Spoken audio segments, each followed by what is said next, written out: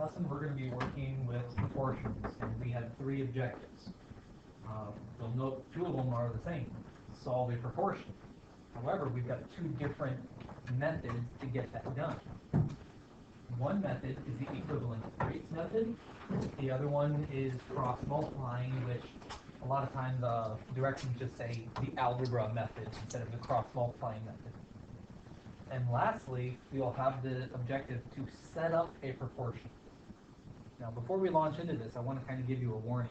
It's been my experience that students absolutely love this cross-multiplying method. They learn the method to get the answer really, really well, and then they rely on it. That's fine.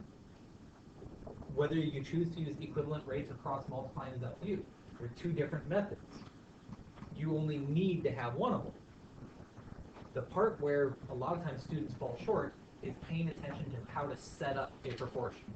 It does not matter if you can solve the thing if you can't create it to begin with. Setting up a proportion is the valuable skill that many students don't take the time to actually figure out, and so they set them up wrong and then do the correct algebra and get wrong answers anyway, because if you don't start with good, if you start with garbage in, you're going to get garbage out. All right, now starting off, a proportion, at its definition, is a statement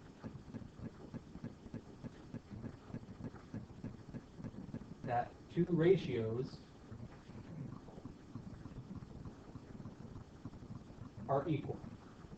And these are things that you're already familiar with. For instance, if we had the fraction 10 over 20, what would it simplify down to? 5 over 10. And you could also simplify it further, saying 10 over 20 is 1/2. These are proportions. It's just a statement that 10 to 20 is the same thing as 5 to 10.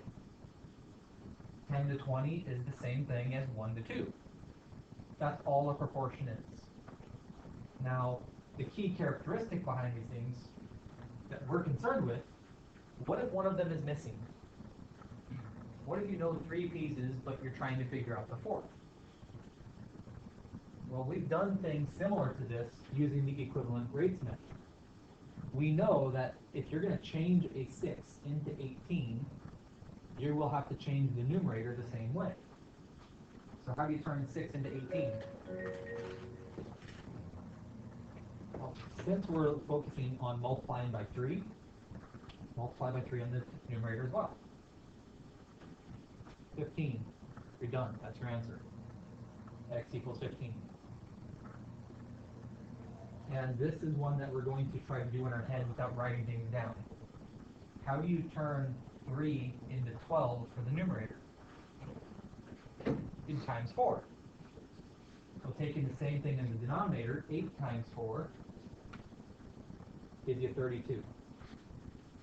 You'll notice if you use the equivalent rates method, depending on what the numbers are, it's fairly easy to get the answer with absolutely nothing being written down at all.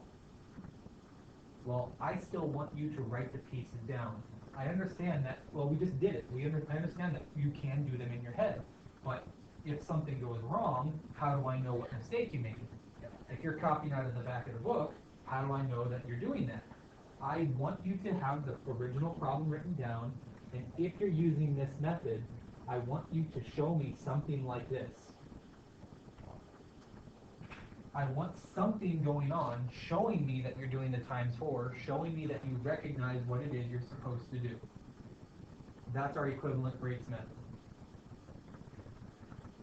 It's been my experience, though, that most students prefer the cross-multiplication method. And this is based on the means extremes theorem in geometry.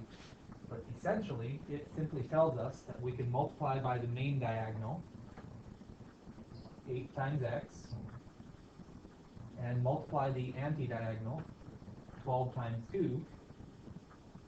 And as long as it started off being equal, which, well, if the equal sign was there, we knew it would, it's going to stay equal. And unfortunately, we spend a boatload of time solving equations, so this type of equation at this point is really easy for us. We know that you just divide by 8 and get the answer of 3.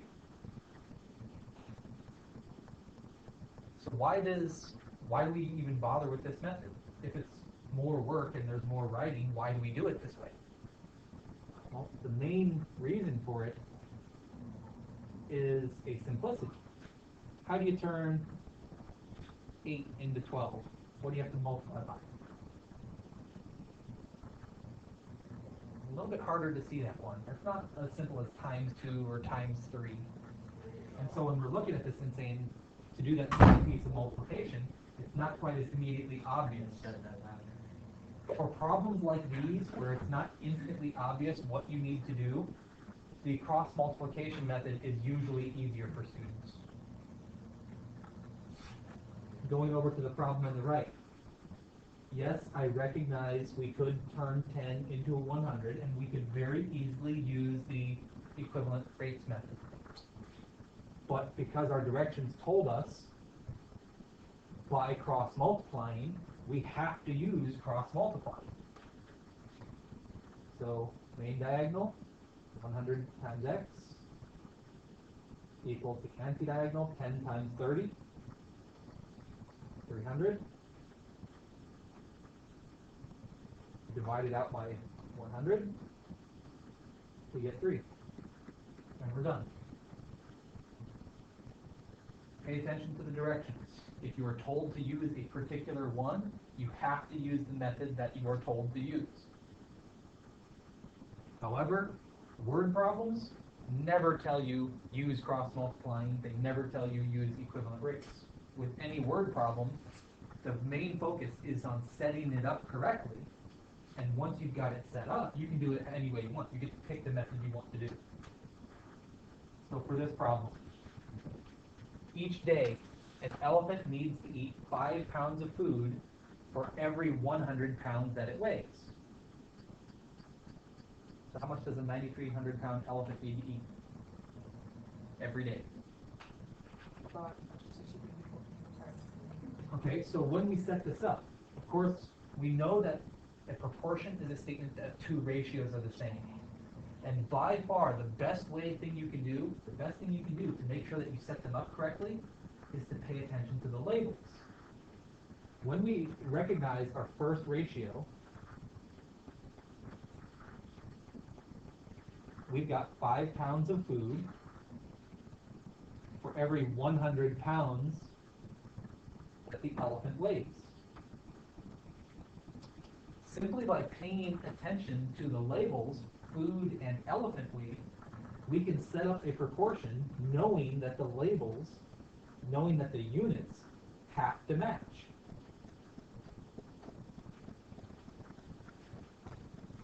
Well, when we look at it now, where does the 9,300 pounds go? It has to go on the bottom with the elephant. And I know we're looking at it and saying, well, duh, obviously. But you'd be amazed when we start working with other problems where we're taking inches and inches for length and width. When we start looking at pieces like width and height for shapes, and we're getting to perimeter and area, and we start doing proportions with things that are more similar to each other than food and elephant, it's really common for students to make errors and set up a proportion in a method that isn't valid, where it doesn't work.